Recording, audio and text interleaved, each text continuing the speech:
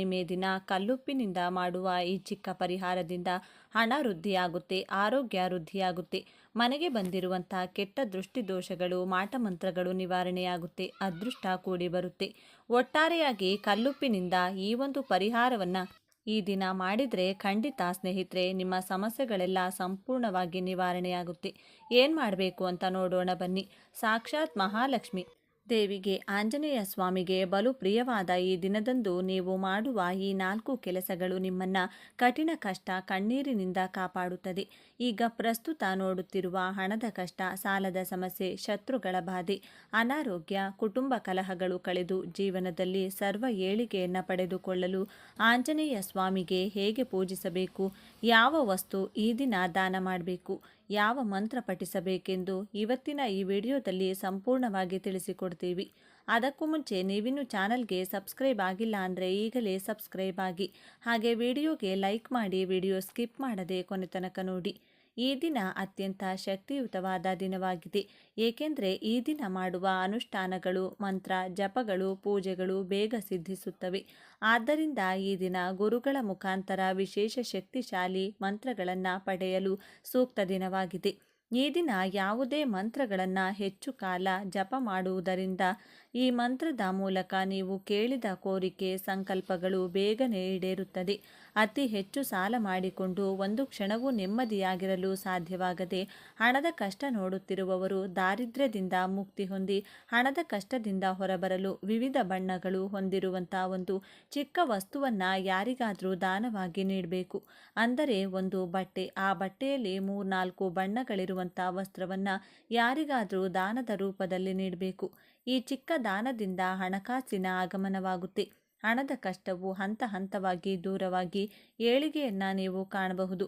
ಈ ದಿನ ಮಾಡುವ ಈ ದಾನದ ಫಲದಿಂದ ದೈವಬಲ ಪ್ರಾಪ್ತಿಯಾಗಿ ನಾನಾ ಮೂಲಗಳಿಂದ ಧನಾಗಮನವಾಗಿ ನೆಮ್ಮದಿ ಕೂಡ ಲಭಿಸುತ್ತದೆ. ಇನ್ನು ಎರಡನೆಯದಾಗಿ ಈ ಹುಣ್ಣಿಮೆ ದಿನದಂದೇ ಸಾಕ್ಷಾತ್ ಆಂಜನೇಯ ಸ್ವಾಮಿಯ ಸೇವೆಯನ್ನು ಈ ವಿಧವಾಗಿ ಪ್ರತಿಯೊಬ್ಬರೂ ಮಾಡಿಕೊಳ್ಬೇಕು.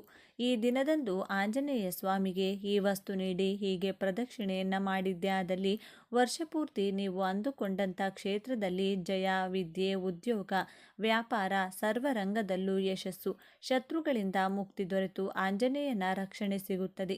ಈ ದಿನ ಮನೆಯಲ್ಲಿ ಅಥವಾ ದೇವಾಲಯಗಳಲ್ಲಿ ವೀಳ್ಯದೆಲೆ ಆಂಜನೇಯ ಸ್ವಾಮಿಗೆ ಅರ್ಚನೆಯನ್ನು ಮಾಡಬೇಕು. ಆಂಜನೇಯ ಸ್ವಾಮಿಗೆ ಬಲು ಪ್ರಿಯವಾದ ಬಾಳೆಹಣ್ಣಿನ ಜೊತೆ ವಿವಿಧ ಫಲಗಳನ್ನು, ಸಿಹಿ ತಿನಿಸುಗಳನ್ನು ಅರ್ಪಿಸಿ 5 ಅಥವಾ 21 ಪ್ರದಕ್ಷಿಣೆಯನ್ನು ಮಾಡಿ ಬರಬೇಕು.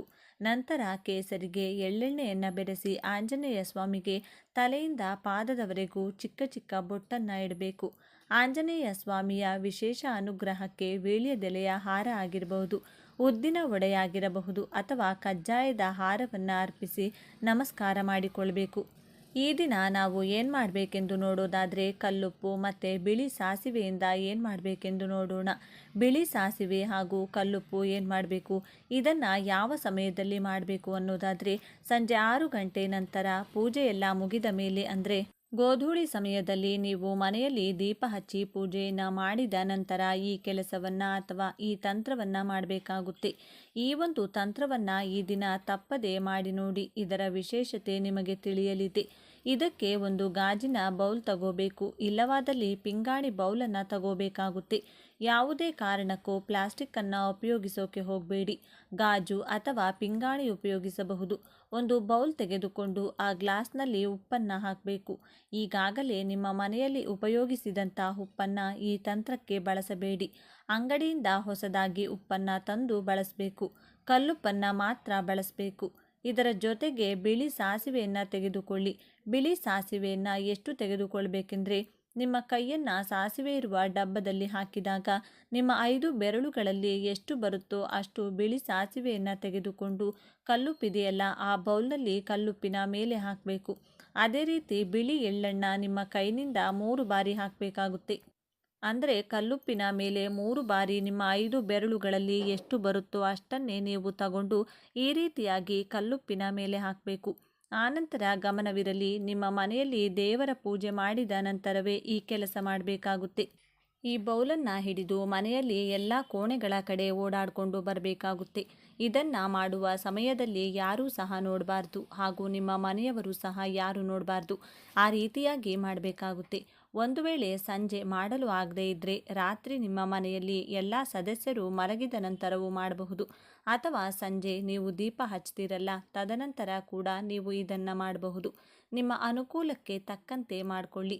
ಈ ಬೌಲನ್ನು ಹಿಡಿದುಕೊಂಡು ನಿಮ್ಮ ಮನೆಯಲ್ಲಿರುವಂಥ ಪ್ರತಿಯೊಂದು ಕೋಣೆಯಲ್ಲಿ ಪ್ರತಿ 4 ಮೂಲೆಗಳಲ್ಲಿ ಎಳ್ಳು ಮತ್ತು ಉಪ್ಪಿರುವಂಥ ಬೌಲನ್ನು ಪ್ರತಿಯೊಂದು ಮೂಲೆಗೂ ಮುಟ್ಟಿಸಬೇಕು. ನಂತರ ಎಲ್ಲ ಕೋಣೆಯ ಸುತ್ತಲೂ ಒಂದು ರೌಂಡ್ ಸುತ್ತಬೇಕು. ಇದನ್ನು ಮಾಡುವಾಗ ಮನೆಯ ಮುಖ್ಯ ದ್ವಾರದಿಂದ ಪ್ರವೇಶಿಸಿ ಮೊದಲು ಮನೆಯ ಹಾಲ್ ಇರುವಂಥ ಕೋಣೆಯಿಂದ ಪ್ರಾರಂಭಿಸಬೇಕು. ನಂತರ ನಿಮ್ಮ ಮನೆಯ ಅಡುಗೆ ಮನೆಗೆ ಬರಬೇಕು. ಆ ನಂತರ ನಿಮ್ಮ ಮನೆಯಲ್ಲಿ ಎಷ್ಟು ಮಲಗುವ ಕೋಣೆಗಳಿವೆಯೋ, ಅಂದರೆ ಎಷ್ಟು ಬೆಡ್ರೂಮ್ ಇರಲಿವೆ ಅಷ್ಟು ರೂಮ್ನ ಪ್ರತಿ 4 ಮೂಲೆಗಳನ್ನು ಈ ಬೌಲನ್ನು ಮುಟ್ಟಿಸುತ್ತಾ ಹಾಗೂ ಪ್ರತಿ ರೂಮ್ನಲ್ಲೂ ಒಂದು ಸುತ್ತು ಬರಬೇಕು. ಬಾತ್ರೂಮ್ ಹಾಗೂ ಟಾಯ್ಲೆಟ್ ಬಿಟ್ಟು. ದೇವರ ಮನೆ ಬೇಡ, ಬಾತ್ರೂಮ್ ಹಾಗೂ ಟಾಯ್ಲೆಟ್ ರೂಮ್ಗಳು ಬೇಡ. ಮನೆಯ ಈ 2 ಕೋಣೆಗಳನ್ನು ಬಿಟ್ಟು ಉಳಿದ ಎಲ್ಲ ಕಡೆಯೂ ಮಾಡಬೇಕು. ತದನಂತರ ಯಾರಿಗೂ ಸಿಗದ ಹಾಗೆ ರಹಸ್ಯವಾಗಿ ಇದನ್ನು ಇಡಬೇಕು. ನಿಮ್ಮ ಮನೆಯಲ್ಲಿ ನೀವು ಕುಳಿತುಕೊಳ್ಳುವ ಸೋಫಾ ಕೆಳಗಡೆ ಇಡಬಹುದು, ಅಥವಾ ನೀವು ಮಲಗುವ ಕೋಣೆಯಲ್ಲಿ ಮಂಚದ ಕೆಳಗೆ ಇಡಬಹುದು, ಅಥವಾ ಎಲ್ಲಿ ನಿಮಗೆ ಅನುಕೂಲವಾಗುತ್ತದೆಯೋ ಆ ಜಾಗದಲ್ಲಿ ಇಡಬಹುದು. ಇದನ್ನು ಇಟ್ಟ ನಂತರ ಈ ವಸ್ತು ಯಾರ ಕಣ್ಣಿಗೂ ಬೀಳದಂತೆ ಮುನ್ನೆಚ್ಚರಿಕೆಯಿಂದ ಇಡಬೇಕು, ಹಾಗೂ ಇದು ಯಾರ ಕೈಗೂ ಸಿಗಬಾರದು ಅಂತಹ ಜಾಗದಲ್ಲಿ ಇದನ್ನು ಇಡಬೇಕಾಗುತ್ತೆ. ಅಮಾವಾಸ್ಯೆ ಆ ದಿನ ರಾತ್ರಿ ಪೂರ್ತಿಯಾಗಿ ಇದು ನಿಮ್ಮ ಮನೆಯಲ್ಲೇ ಇಡಬೇಕು. ಇದರಿಂದ ನಿಮ್ಮ ಮನೆಗೆ ಹಾಗೂ ನಿಮ್ಮ ಮನೆಯಲ್ಲಿ ವಾಸಿಸುವ ಯಾರಿಗಾದರೂ ಕೆಟ್ಟ ದೃಷ್ಟಿ ಬಿದ್ದಿದ್ರೆ ಅದು ನಿವಾರಣೆಯಾಗುತ್ತೆ. ಒಂದು ವೇಳೆ ನಿಮ್ಮ ಮನೆಯಲ್ಲಿ ಯಾರಾದರೂ ಮಾಟಮಂತ್ರ ಮಾಡಿಸಿದ್ರೆ, ಕೆಟ್ಟ ಕನಸುಗಳು ಬರುತ್ತಿದ್ರೆ, ದುಷ್ಟಶಕ್ತಿಗಳ ಕಾಟವಿದ್ರೆ, ನೆಮ್ಮದಿ ಇಲ್ಲದಿದ್ದರೆ, ಅಥವಾ ದುಡಿದ ಹಣ ಕೈಯಲ್ಲಿ ಇಲ್ಲದೇ ಇರುವುದು, ಅಥವಾ ಮನೆಯಲ್ಲಿ ಯಾವಾಗಲೂ ಜಗಳ ಆಡ್ತಾ ಇದ್ರೆ, ಹೀಗೆ ನಕಾರಾತ್ಮಕ ಶಕ್ತಿ ನಿಮ್ಮ ಮನೆಯಲ್ಲಿ ಆವರಿಸಿದ್ರೆ ಈ ಎಲ್ಲ ಸಮಸ್ಯೆಗಳು ನಿವಾರಣೆಯಾಗಿ ನೆಮ್ಮದಿಯ ಜೀವನ ನಡೆಸುತ್ತೀರಿ. ಇದನ್ನು ರಹಸ್ಯವಾಗಿ ನೀವು ಯಾವುದಾದರೂ ಒಂದು ಜಾಗದಲ್ಲಿ ಇಡಬೇಕಾಗುತ್ತೆ. ಯಾವುದೇ ಕಾರಣಕ್ಕೂ ಚೆಲ್ಲಬಾರ್ದು. ಇದು ಮನೆಯಲ್ಲಿ ಚೆಲ್ಲಬಾರದು. ಚೆಲ್ಲದಂತೆ ಜಾಗ್ರತೆ ವಹಿಸಬೇಕು. ಈ ರೀತಿಯಾಗಿ ನೀವು ನೋಡ್ಕೋಬೇಕಾಗುತ್ತೆ. ಇದನ್ನು ಸಾಯಂಕಾಲ ಆದರೂ ಮಾಡಿ ಅಥವಾ ರಾತ್ರಿ ವೇಳೆ ಆದರೂ ಮಾಡಿ, ಆದರೆ ಅಮಾವಾಸ್ಯೆ ದಿನ, ಅದರಲ್ಲೂ ಬುಧವಾರ ದಿನವೇ ಮಾಡಬೇಕಾಗುತ್ತೆ. ಆ ಬೌಲ್ ಏನಿರುತ್ತೆ, ಕಲ್ಲುಪ್ಪು ಮತ್ತು ಬಿಳಿ ಸಾಸಿವೆ ಹಾಕಿರುವಂಥ ಆ ಬೌಲ್ ರಾತ್ರಿ ಪೂರ್ತಿಯಾಗಿ ಅದು ನಿಮ್ಮ ಮನೆಯಲ್ಲಿ ಯಾರಿಗೂ ಕಾಣದ ಹಾಗೆ ಇಟ್ಟಿರಬೇಕು. ಬೆಳಿಗ್ಗೆ ನೀವು ಸ್ನಾನ ಮಾಡುವ ಮೊದಲು ಯಾವುದೇ ಕಾರಣಕ್ಕೂ ಇದನ್ನು ಮುಟ್ಟಬೇಡಿ. ಸ್ನಾನವಾದ ಬಳಿಕ ಯಾವುದೇ ಸಮಯದಲ್ಲಾದರೂ ಸರಿ ಇಟ್ಟಿರುವ ಆ ಬೌಲನ್ನು ತೆಗೆದುಕೊಂಡು ಇದನ್ನು ಒಂದು ಕವರ್ನಲ್ಲಿ ಹಾಕ್ಕೊಂಡು, ಆ ಕಲ್ಲುಪ್ಪು ಮತ್ತು ಬಿಳಿ ಸಾಸಿವೆ ಇದೆಯಲ್ಲ ಅದನ್ನು ಕವರ್ನಲ್ಲಿ ಹಾಕ್ಕೊಂಡು ಅದನ್ನು ಯಾರೂ ಓಡಾಡದೇ ಇರುವಂಥ ನಿರ್ಜಲ ಪ್ರದೇಶವಿರುವ ಜಾಗದಲ್ಲಿ ಹಾಕಿ ಬರಬೇಕು. ಮನೆಗೆ ಬಂದು ಕೈಕಾಲು ಮುಖ ತೊಳೆದುಕೊಳ್ಳಿ. ಹೀಗೆ ಮಾಡಿದ 15 ದಿನಗಳಲ್ಲಿ ನಿಮಗೆ ಪ್ರಯತ್ನದ ಫಲ ಸಿಗುತ್ತದೆ. ಈ ರೀತಿಯಾಗಿ ಮಾಡೋದ್ರಿಂದ ನಿಮ್ಮ ಮನೆಯಲ್ಲಿ ಎಂತಹ ಕಠಿಣ ಸಮಸ್ಯೆಗಳಿದ್ದರೂ ಪರಿಹಾರ ಸಿಗುತ್ತದೆ. ನಿಮಗೆ ಬರಬೇಕಾದ ಹಣ ನಿಮ್ಮ ಕೈ ಸೇರಲಿದೆ. ನೀವು ದುಡಿದ ಎಷ್ಟೋ ಹಣ ವಾಪಸ್ ಬರ್ತಾ ಇಲ್ಲ, ಸ್ಟ್ರಕ್ ಆಗಿದೆ ಎನ್ನುವವರಿಗೆ ಹಣ ಬರೋದಕ್ಕೆ ಶುರುವಾಗುತ್ತೆ. ದುಡಿದಂಥ ಹಣ ಕೈಯಲ್ಲಿ ನಿಲ್ಲೋದಕ್ಕೆ ಶುರುವಾಗುತ್ತೆ. ಮನೆಯಲ್ಲಿ ಜಗಳಗಳು ಆಗ್ತಾ ಇದ್ರೆ, ಸುಮಾರು ಮನೆಗಳಲ್ಲಿ ನಾವು ನೋಡ್ತಿದ್ದೇವೆ, ಅಮಾವಾಸ್ಯೆ ಬಂತು ಅಂದರೆ ಸಾಕು ಜಗಳ, ಹುಣ್ಣಿಮೆ ಬಂತು ಅಂದರೆ ಸಾಕು ಜಗಳ, ಮಂಗಳವಾರ, ಶುಕ್ರವಾರ ಈ ರೀತಿಯಾಗಿ ಸಣ್ಣ ಸಣ್ಣ ವಿಷಯಗಳಿಗೂ ಸಹ ಜಗಳಗಳಾಗ್ತಾ ಅದು ದೊಡ್ಡದಾಗಿ ಬೆಳೆಯುತ್ತಾ ಹೊಡೆದಾಡುವ ಮಟ್ಟಕ್ಕೆ ಹೋಗುತ್ತೆ. ಇಂತಹ ಸಮಸ್ಯೆಗಳಿದ್ದಲ್ಲಿ ನೀವು ಈ ದಿನ ಆದಷ್ಟು ಕಲ್ಲುಪ್ಪಿನಿಂದ ಈ ರೀತಿಯಾಗಿ ಮಾಡಿಕೊಳ್ಳೋದ್ರಿಂದ ನಿಮ್ಮ ಮನೆಯಲ್ಲಿ ಸುಖ, ಶಾಂತಿ, ನೆಮ್ಮದಿ ಅನ್ನೋದು ನೆಲೆಸುತ್ತೆ. ಸಾಧ್ಯವಾದರೆ ಶಕ್ತಿಯುತ ದೇವಸ್ಥಾನಗಳಿಗೆ ಹೋಗಿ, ಅಮ್ಮನವರ ದೇವಸ್ಥಾನಗಳಿಗೆ ಹೋಗಿ ಅಲ್ಲಿ ಒಂದು 5 ನಿಮಿಷಗಳ ಕಾಲ ಕುಳಿತುಕೊಂಡಿದ್ದು ಬನ್ನಿ. ಹಾಗೆಯೇ ಸಾಧ್ಯವಿದ್ದಲ್ಲಿ ನಿರ್ಗತಿಕರಿಗೆ ನಿಮ್ಮ ಕೈಯಲ್ಲಿ ಎಷ್ಟಾಗುತ್ತೋ ಅಷ್ಟು ದಾನವನ್ನು ಕೊಡೋದಾಗಲಿ, ಅಥವಾ ಪವಿತ್ರ ನದಿಗಳಲ್ಲಿ ಸ್ನಾನ ಮಾಡೋದು ಕೂಡ ತುಂಬಾ ಒಳ್ಳೆಯದು. ಈ ಕೆಲಸಗಳನ್ನು ಮಾಡೋದ್ರಿಂದ ನಿಮ್ಮ ಪೂರ್ವಜರ ಅವರ ಶ್ರಾದ್ದ ದರ್ಪಣವನ್ನು ಬಿಡೋದ್ರಿಂದ ಸಹ ನೀವು ಮಾಡಿದ ಕರ್ಮಗಳು, ಪಾಪ ಕರ್ಮಗಳು ಪರಿಹಾರವಾಗುತ್ತೆ. ಹಾಗಾಗಿ ನೀವು ಉಪ್ಪು ಮತ್ತು ಸಾಸಿವೆಯಿಂದ ಈ ರೀತಿಯಾಗಿಯೂ ಸಹ ಮಾಡಬಹುದು. ನಿಮ್ಮ ಮನೆಯಲ್ಲಿರುವಂಥ ನೆಗೆಟಿವ್ ಎನರ್ಜಿ ಇರಬಹುದು, ದುಷ್ಟಶಕ್ತಿಗಳ ಕಾಟ ಇರಬಹುದು, ಪರಿಹಾರ ಶತಸಿದ್ಧ ಎಂದು ಹೇಳ್ತಾ ಈ ವಿಡಿಯೋನ ಮುಗಿಸ್ತಿದ್ದೇನೆ. ನೋಡಿದ್ರಲ್ಲ, ಇವತ್ತಿನ ಈ ವಿಡಿಯೋದಲ್ಲಿ ತಿಳಿಸಿಕೊಟ್ಟಿದ್ದೇವೆ. ಈ ಮಾಹಿತಿ ನಿಮಗೆ ಇಷ್ಟವಾದರೆ ತಪ್ಪದೆ ಓಂ ಶ್ರೀ ಮಹಾಲಕ್ಷ್ಮಿ ನಮಃ ಅಂತ ಕಮೆಂಟ್ ಮಾಡಿ. ಈ ದಿನದಂದು ಯಾವ ಪದಾರ್ಥಗಳನ್ನು ಬೆರೆಸಿ ಸ್ನಾನ ಮಾಡಿದರೆ ಅಷ್ಟದರಿದ್ರ ಹೋಗಿ ಅಷ್ಟೈಶ್ವರ್ಯ ಪ್ರಾಪ್ತಿಯಾಗುತ್ತದೆ. ಈ ದಿನದಂದು ಮುಷ್ಟಿಯಷ್ಟು ಗೋಧಿ ಹಿಟ್ಟಿನಿಂದ ಈ ಚಿಕ್ಕ ಕೆಲಸ ಮಾಡಿದರೆ ನಿಮಗಿರುವ ನೆಗೆಟಿವ್ ಶಕ್ತಿಗಳು ದೂರವಾಗಿ ಮಾಡುವ ಕೆಲಸಗಳಲ್ಲಿ ಯಶಸ್ಸು, ಹಣದ ಏಳಿಗೆ ಪ್ರಾಪ್ತಿಯಾಗುತ್ತದೆ. ಈ ದಿನ ಮನೆದೇವರ ಅನುಗ್ರಹಕ್ಕೆ ಯಾವ ಕೆಲಸವನ್ನ ಮಾಡಬೇಕು, ಯಾವ ಮಂತ್ರವನ್ನ ಹೇಳಿಕೊಳ್ಬೇಕು, ಪಿತೃಗಳ ಕೃಪೆಯಿಂದ ಅಭಿವೃದ್ಧಿಯನ್ನ ಕಾಣಲು ಅಡುಗೆ ಮಾಡಿದ ತಕ್ಷಣ ಏನು ಮಾಡಬೇಕೆಂದು ಇವತ್ತಿನ ಈ ವಿಡಿಯೋದಲ್ಲಿ ಸಂಪೂರ್ಣವಾಗಿ ತಿಳಿಸಿಕೊಡ್ತೀವಿ. ಬನ್ನಿ. ಅದಕ್ಕೂ ಮುಂಚೆ ನೀವಿನ್ನು ಚಾನಲ್ಗೆ ಸಬ್ಸ್ಕ್ರೈಬ್ ಆಗಿಲ್ಲ ಅಂದರೆ ಈಗಲೇ ಸಬ್ಸ್ಕ್ರೈಬ್ ಆಗಿ, ಹಾಗೆ ವಿಡಿಯೋಗೆ ಲೈಕ್ ಮಾಡಿ, ವಿಡಿಯೋ ಸ್ಕಿಪ್ ಮಾಡದೆ ಕೊನೆ ತನಕ ನೋಡಿ. ಎಲ್ಲರೂ ಭಕ್ತಿಯಿಂದ ಓಂ ಶ್ರೀ ಮಹಾಲಕ್ಷ್ಮಿ ನಮಃ ಅಂತ ಕಮೆಂಟ್ ಮಾಡಿ. ಶಾಸ್ತ್ರಗಳ ಪ್ರಕಾರ ಈ ದಿನದಂದು ಪವಿತ್ರ ನದಿಗಳಲ್ಲಿ ಸ್ನಾನ ಮಾಡುವ ಸಂಪ್ರದಾಯವಿದೆ. ಬ್ರಹ್ಮ ಮುಹೂರ್ತದಲ್ಲಿ ಸ್ನಾನ ಮಾಡೋದ್ರಿಂದ ವ್ಯಕ್ತಿಯ ಇಷ್ಟಾರ್ಥಗಳು ಈಡೇರುತ್ತವೆ ಮತ್ತು ಪಾಪಗಳು ನಾಶವಾಗುತ್ತವೆ. ಒಬ್ಬ ವ್ಯಕ್ತಿಯು ಪವಿತ್ರ ನದಿಯಲ್ಲಿ ಸ್ನಾನ ಮಾಡಲು ಸಾಧ್ಯವಾಗದಿದ್ದರೆ ಮನೆಯಲ್ಲೇ ಸ್ನಾನ ಮಾಡುವ ನೀರಿಗೆ ಯಾವುದೇ ಪವಿತ್ರ ನದಿಯ ನೀರನ್ನು ಸೇರಿಸಿ ಸ್ನಾನ ಮಾಡಬಹುದು. ಈ ದಿನದಂದು ದಾನ, ಮಂತ್ರಪಠಣ, ತಪಸ್ಸು ಮತ್ತು ಉಪವಾಸದ ಮೂಲಕ ವಿಷ್ಣು, ಲಕ್ಷ್ಮೀ ದೇವಿಯೊಂದಿಗೆ ಪರಶಿವನ ಆಶೀರ್ವಾದವನ್ನು ಸಹ ಪಡೆಯಲಾಗುತ್ತದೆ. ಈ ದಿನದಂದು ಪವಿತ್ರ ನದಿಗಳಲ್ಲಿ ಸ್ನಾನ ಮಾಡೋದ್ರಿಂದ ವ್ಯಕ್ತಿಯ ಎಲ್ಲ ಇಷ್ಟಾರ್ಥಗಳು ಈಡೇರುತ್ತವೆಂದು ನಂಬಲಾಗಿದೆ. ಇದರೊಂದಿಗೆ ಈ ದಿನ ತರ್ಪಣ ಇತ್ಯಾದಿಗಳನ್ನು ಮಾಡೋದ್ರಿಂದ ಪೂರ್ವಜರ ಆಶೀರ್ವಾದವು ದೊರೆಯುತ್ತದೆ. ಈ ದಿನ ಪಿತೃಗಳ ಆತ್ಮಕ್ಕೆ ಮೋಕ್ಷವನ್ನು ನೀಡಲು ತಪ್ಪದೆ ತರ್ಪಣ ಕಾರ್ಯ ಮಾಡಲು ಪ್ರಯತ್ನಿಸಿ. ಚಂದ್ರನು ತನ್ನ ಪೂರ್ಣ ಆಕಾರದಲ್ಲಿ ಕಂಗೊಳಿಸುತ್ತಾನೆ. ಈ ದಿನದಂದು ಭಗವಾನ್ ವಿಷ್ಣು ಮತ್ತು ಲಕ್ಷ್ಮೀ ದೇವಿಯನ್ನ ಪೂಜಿಸುವ ಸಂಪ್ರದಾಯವೂ ಇದೆ.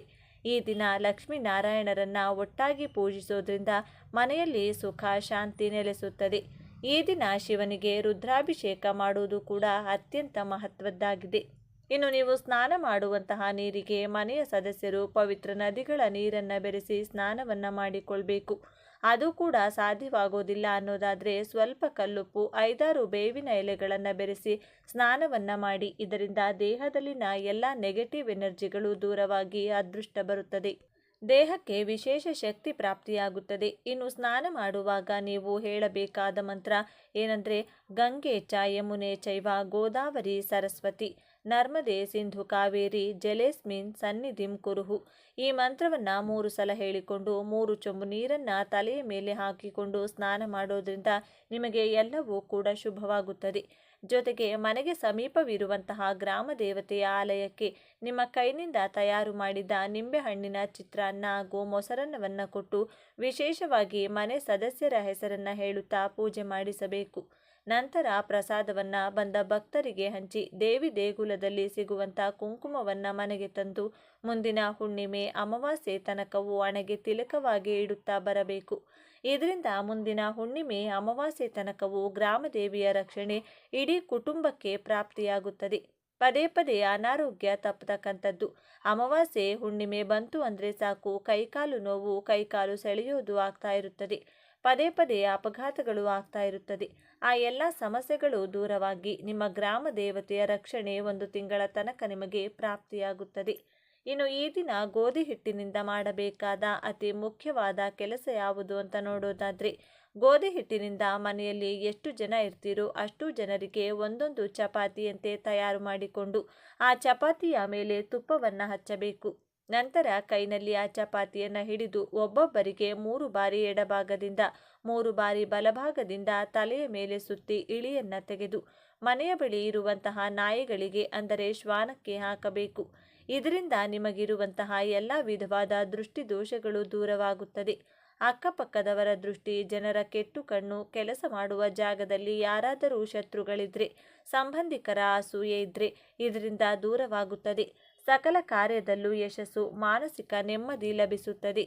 ದೃಷ್ಟಿ ದೋಷಗಳು ದೂರವಾದರೆ ಸಂಪಾದನೆಗೆ ಇರುವ ಅಡ್ಡಿಗಳು ದೂರವಾಗುತ್ತದೆ. ಈ ದಿನ ಸುಮ್ಮನೆ ಪೂಜೆ ಮಾಡಿ ಮುಗಿಸುವುದು ಮಾತ್ರವಲ್ಲದೆ ನೀವಿರುವ ಪ್ರದೇಶವನ್ನು ಕೂಡ ಶುಚಿಯಾಗಿ ಇಟ್ಟುಕೊಂಡಿರಬೇಕು.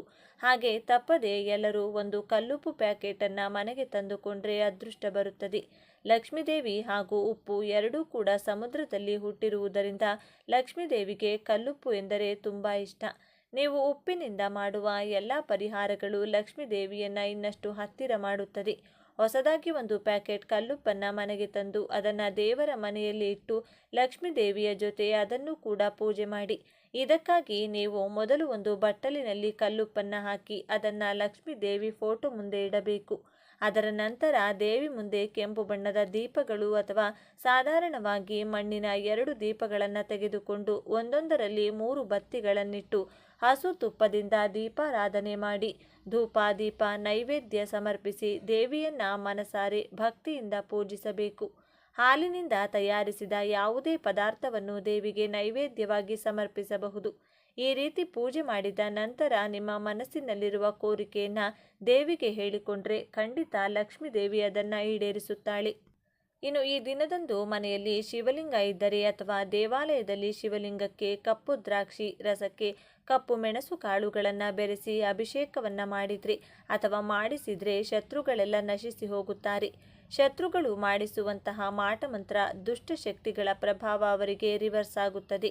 ಆ ವ್ಯಕ್ತಿಯಿಂದ ನಿಮಗಾಗುವ ತೊಂದರೆಗಳು ತಕ್ಷಣವೇ ನಿಂತು ಹೋಗುತ್ತದೆ. ಈ ಎಲ್ಲ ಪರಿಹಾರಗಳನ್ನು ನೀವು ಪಾಲಿಸಲೇಬೇಕು. ಈ ದಿನ ಸಾಧ್ಯವಾದರೆ ಶಿವನ ದೇಗುಲಕ್ಕೆ ಹೋಗಿ ಶಿವನ ದರ್ಶನವನ್ನು ಮಾಡಿ. ಇನ್ನೂ ಸಾಧ್ಯವಾಗುತ್ತದೆ ಎಂದರೆ ಶ್ರೀ ಕಾಲಭೈರವನ ದರ್ಶನ ಮಾಡಿ. ಈ ದಿನದಂದು ಪುಸ್ತಕಗಳ ದಾನ, ಧಾನ್ಯಗಳ ದಾನ, ವಸ್ತ್ರದಾನವನ್ನು ಮಾಡಿದರೆ ಸಕಲ ಪಾಪಗಳು ನಶಿಸಿ ಪುಣ್ಯ ಫಲ ಪ್ರಾಪ್ತಿಯಾಗುತ್ತದೆ. ಈ ದಿನ ಬೆಳಿಗ್ಗೆ ಎದ್ದು ಸ್ನಾನ ಮಾಡಿದ ನಂತರ ಸೂರ್ಯ ದೇವರಿಗೆ ಆರ್ಘ್ಯ ನೀಡಿ ನಮಸ್ಕಾರ ಮಾಡಿಕೊಳ್ಳಿ. ಸೂರ್ಯನ ಅನುಗ್ರಹದಿಂದ ಗ್ರಹದೋಷಗಳು ದೂರವಾಗಿ ಆರೋಗ್ಯಕರ ವೃದ್ಧಿಯಾಗುತ್ತದೆ.